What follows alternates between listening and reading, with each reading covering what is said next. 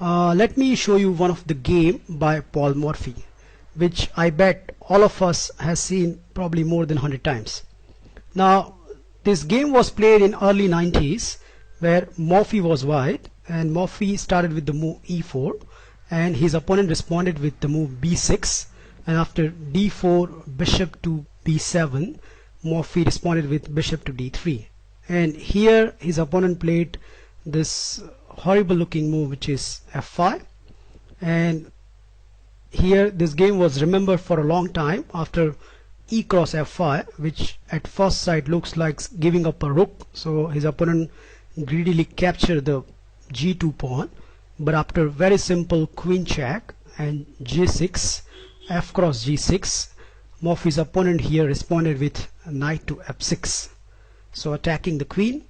And if you have seen this position first time, then there's a mate in 2. You can pause the video and you can try your own. I'm showing you right now. So the very simple move is g cross h7 with give a discover check, and after force reply knight cross h5 we have a lovely checkmate which is bishop to g6. And I bet many of us have seen this game a few times and saying why you are showing this game. But the whole idea of showing you this game is many people doesn't know the modern variation of it. So today I'm going to show you a particularly dirty tricks which can leads to a very fast victory.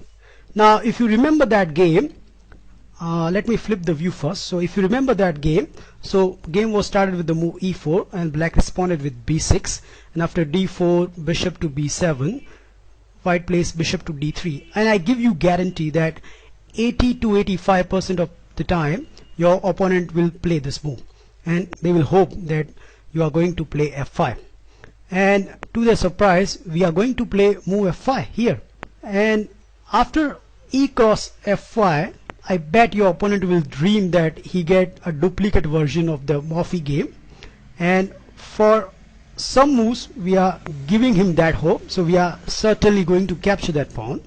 And after queen check and g6, after f cross g6, here comes this twist in the game because we are going to stun him with this move bishop to g7.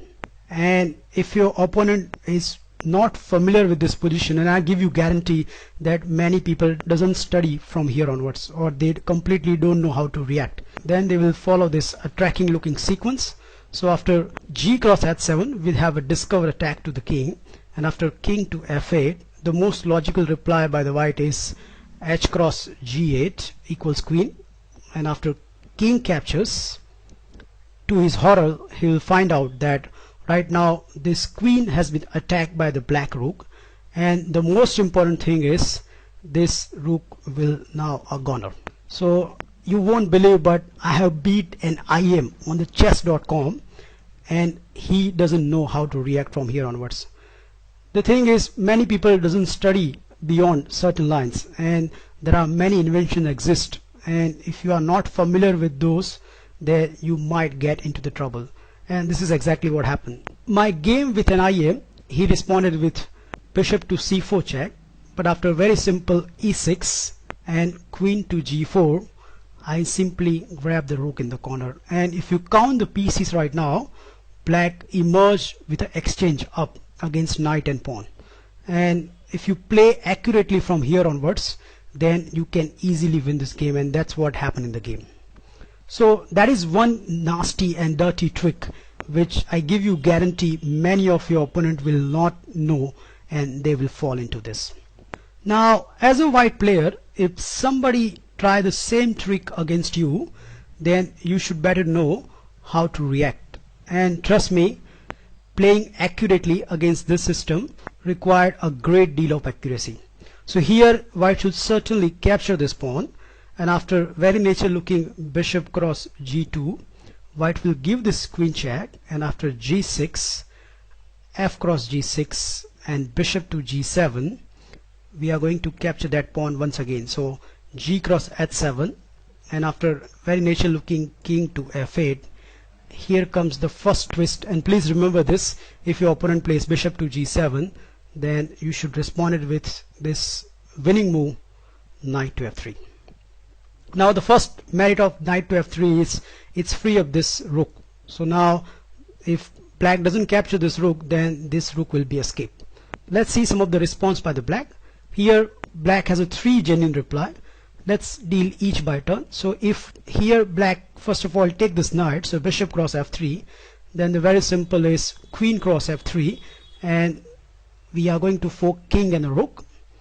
Please note, if the king goes to the e8, then there will be a checkmate in 1 after bishop to g6, so that is impossible.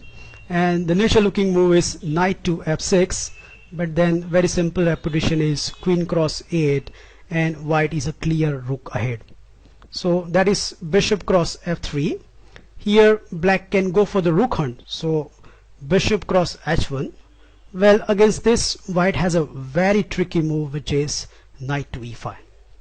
Now knight to e5 doesn't look that much strong at first glance, but more you look at it, more you will find it has a big venom as per the position.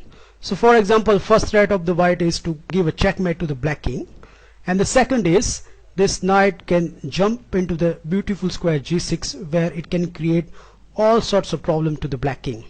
So the only logical reply for the black is to capture this knight, so bishop cross e5. But after very simple recapture by the pawn, still some nasty threats are looming. So for example, in one of my game, my opponent responded with queen to e8, but after very simple bishop to h6 check, the only reply left is knight takes h6, but after queen takes h6 and king to f7, white has a winning move, which is bishop to c4. Please note, if e6 has been played, then the queen to f6 leads to the checkmate. So in the game my opponent responded with d5, but he completely missed this move, which is e6 and this is checkmate as well.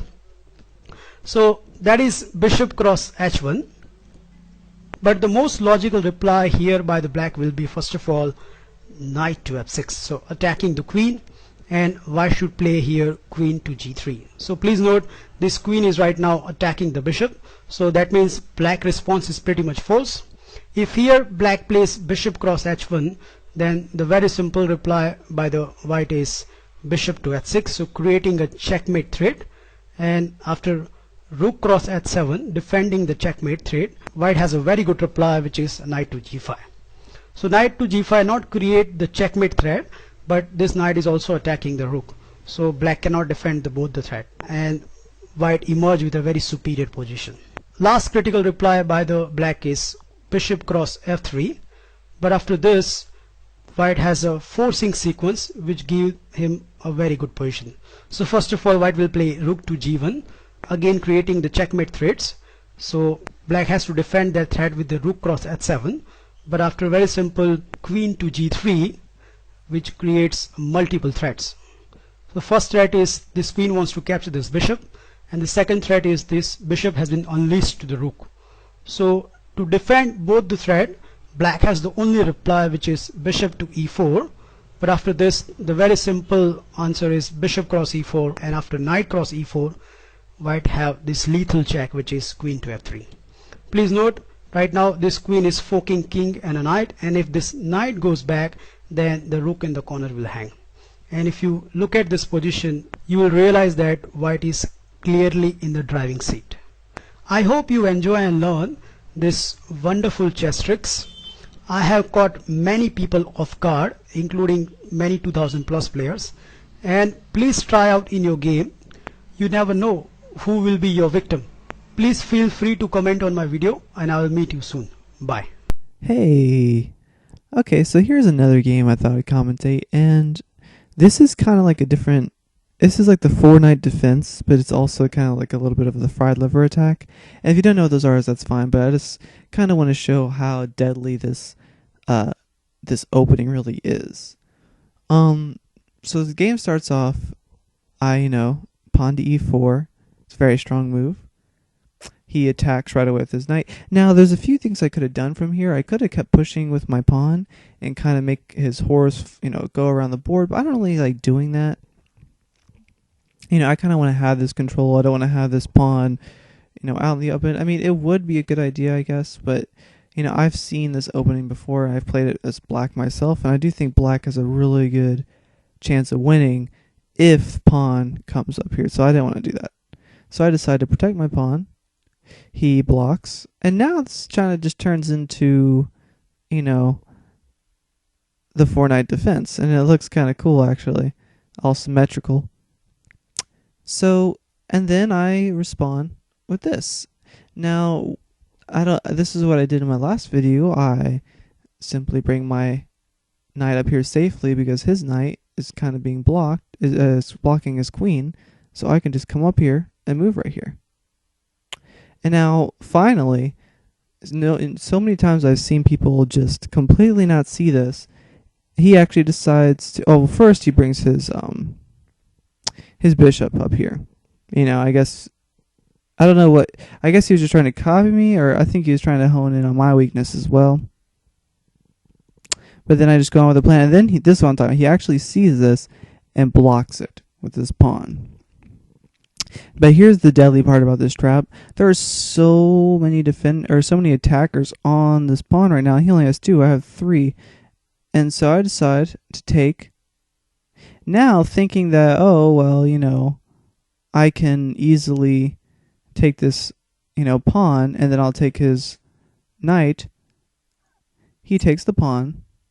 Then, instead of taking this right back, I decide to just take, and this is kind of what the fried liver attack is. Right now, he either has to lose a queen or his rook, and his only thing to really prevent this is to, he can move, or he can just take with his king. So it's kind of forcing his king to take, and he can't castle anymore. Now, even though he may think that he's completely safe, he's really not, because what happens next, after he takes, now I have a very interesting move. It is to move my queen to f3. Now he's in check, and he has a lot of options actually from here. His best move would have been to move to e6, and if he would have done that, then he would have been able to protect this knight. But I guess he'd never seen this before. He decides to go back, which is a terrible idea, because then I just respond with bishop here, and now he's pretty much in checkmate unless he moves his queen. But once he moves his queen, I get his queen, and now I have excellent position. I'm just going to gobble up these pieces, nom nom nom, and all he can do is just kind of just sit there. So he actually resigned right after this, so I just wanted to show how deadly this setup really is. Okay.